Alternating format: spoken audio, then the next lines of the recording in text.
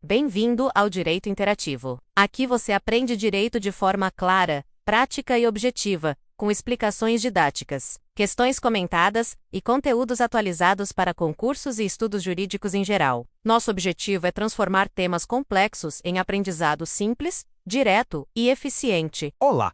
Hoje a gente vai mergulhar em um tema que é, o coração do direito processual penal aqui no Brasil. As medidas cautelares e, principalmente, a prisão antes de uma condenação final.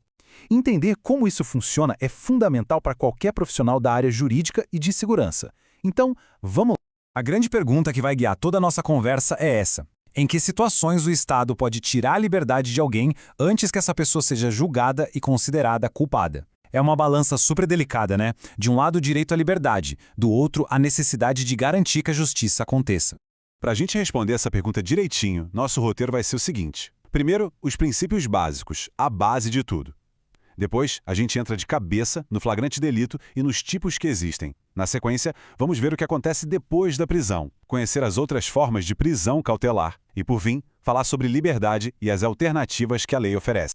Vamos começar pelo mais importante, a fundação de tudo. No nosso direito, a liberdade é a regra. Prender alguém antes de uma condenação definitiva é e sempre tem que ser uma exceção. Uma medida drástica que só pode ser usada quando for estritamente necessário. E o que é essa tal de medida cautelar? Bom, o nome já dá uma pista, né? Vem de cautela. É uma ação preventiva, sempre decretada por um juiz, para proteger o processo ou garantir que um direito não se perca no caminho. A prisão é só uma delas e, com certeza, a mais grave de todas. E aqui, é fundamental não misturar as coisas. Existem dois grandes tipos de prisão. De um lado, a prisão cautelar, que também chamam de provisória. Ela acontece antes da sentença final, e o objetivo dela é só proteger o processo. Do outro lado, a gente tem a prisão pena. Essa só acontece depois que a pessoa é condenada e não cabe mais recurso. Aí sim, o objetivo é cumprir a pena. Nosso foco total hoje é na primeira, na cautelar. Bom, a forma mais comum de prisão cautelar é o flagrante delito. A palavra flagrante vem lá do latim e quer dizer queimar. E a ideia é exatamente essa. É como se o crime estivesse pegando fogo, queimando, acontecendo bem ali, naquele momento. E é isso que justifica uma ação imediata. Essa citação resume a ideia perfeitamente. É a certeza visual do crime, a urgência da situação que autoriza qualquer pessoa a prender o agente, mesmo sem ter um mandado de um juiz.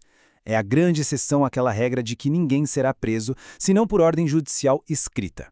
Tá, mas quem é que pode fazer essa prisão? A lei divide essa tarefa. Para um cidadão comum, é o chamado flagrante facultativo. A pessoa pode prender, se quiser.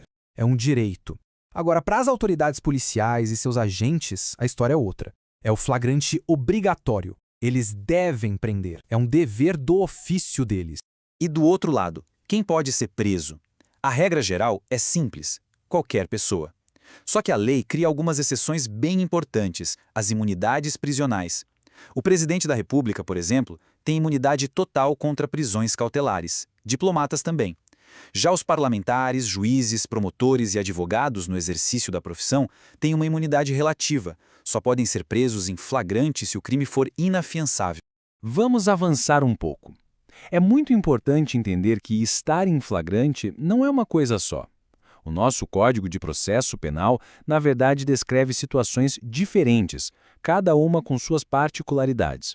Olha só, aqui estão os 3 tipos principais que estão na lei.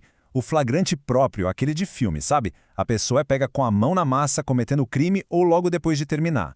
O impróprio, ou quase flagrante, é quando começa uma perseguição logo em seguida ao crime. E, por fim, o presumido é quando a pessoa não é perseguida, mas é encontrada um tempo depois com objetos ou armas que fazem todo mundo pensar que foi ela a autora do crime.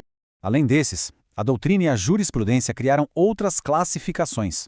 O flagrante esperado, por exemplo, é totalmente válido. É quando a polícia já tem uma informação, monta a famosa campana e fica ali só esperando o crime acontecer para poder prender. Veja bem, a polícia não provoca o crime, ela só espera. Já o oposto disso é o flagrante preparado. E esse, atenção, é totalmente inválido. É quando a polícia ou outra pessoa instiga alguém a cometer um crime só para poder prendê-la. O STF tem até uma súmula, a 145, que diz que isso é crime impossível, porque a situação estava toda controlada desde o início. Agora, o caso mais grave de todos é o flagrante forjado. Esse não é só inválido, ele é criminoso. É quando a cena do crime é literalmente inventada. Alguém planta uma prova, como uma droga, no carro de uma pessoa inocente para criar uma situação de flagrante que nunca existiu. É uma fraude completa. Tudo bem, a prisão em flagrante aconteceu, e agora? O que vem depois? Bom, não é de qualquer jeito. Existe todo um procedimento formal, bem rigoroso, que precisa ser seguido para garantir que tudo foi feito dentro da lei. Esse processo tem 4 etapas bem claras. Primeiro, a captura, que é o ato físico de prender. Segundo, a condução coercitiva, que é levar a pessoa presa até a delegacia para a autoridade policial. Terceiro, a lavratura do auto de prisão em flagrante, o famoso APF, que é o documento que formaliza tudo. E por último, se for o caso, o recolhimento da pessoa à prisão. Mas o ponto-chave é que a prisão em flagrante, por si só, não se sustenta por muito tempo. E no máximo 24 horas, a pessoa presa tem que ser levada para frente de um juiz, na audiência de custódia. E aí o juiz tem 3 opções. A primeira é relaxar a prisão, se ela foi ilegal. A segunda é converter o flagrante em prisão preventiva, se ele achar necessário. E a terceira é conceder a liberdade provisória, se a prisão até foi legal, mas não precisa mais continuar. Bom, além do flagrante, que é essa situação mais imediata, a gente tem outras 2 prisões cautelares muito importantes. E a grande diferença é que essas já nascem de uma ordem do juiz: a prisão preventiva e a prisão temporária. A prisão preventiva é, digamos assim, a mais séria delas. Ela não tem um prazo definido e pode ser decretada em qualquer momento do processo. Mas para isso, precisa de 2 coisas: a prova de que o crime existiu e indícios de quem foi o autor. E, além disso, precisa de um dos motivos que estão na lei, como garantir a ordem pública, proteger a investigação ou evitar que a pessoa fuja. No direito militar, ainda tem um motivo a mais: manter a hierarquia e a disciplina. Já a prisão temporária, como o nome já diz, tem prazo para acabar. Ela só pode acontecer na fase do inquérito policial e serve para ajudar na investigação de crimes considerados graves. O prazo normal é de 5 dias, que pode ser prorrogado por mais 5. Se o crime for hediondo, aí o prazo é maior, 30 dias, que podem virar 60. E tudo isso nos leva de volta ao princípio que a gente viu lá no comecinho. A prisão antes da condenação tem que ser sempre o último recurso, a última ratio do sistema. Se existirem outras formas de garantir que o processo corra bem, são elas que devem ser usadas. A lei dá ao juiz um verdadeiro cardápio de opções que não são a prisão. São as medidas cautelares diversas. Elas vão desde a obrigação de ir no fórum de vez em quando, a proibição de ir a certos lugares ou de falar com a vítima, até o uso da famosa tornozeleira eletrônica. E por fim, a liberdade provisória. É super importante não confundir com o relaxamento da prisão, ok? Relaxamento é quando a prisão foi ilegal. A liberdade provisória é diferente. Ela acontece quando a prisão foi legal, um flagrante feito certinho, por exemplo, mas o juiz olha para a situação e vê que não é mais necessário manter a pessoa presa.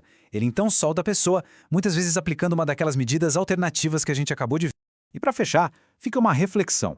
Todo esse sistema, com prisões, alternativas, regras, busca um equilíbrio muito difícil. De um lado, proteger a sociedade e o processo, do outro, proteger o direito à liberdade de quem ainda não foi condenado. A grande questão que fica no ar é: será que na prática, no dia a dia, o nosso sistema consegue encontrar esse equilíbrio ideal? É uma pergunta complexa, mas fundamental para o nosso Estado de Direito. Se esse vídeo te ajudou, segue o canal Direito Interativo para não perder os próximos conteúdos. Obrigado por assistir, bons estudos, boa preparação, e te espero no próximo vídeo.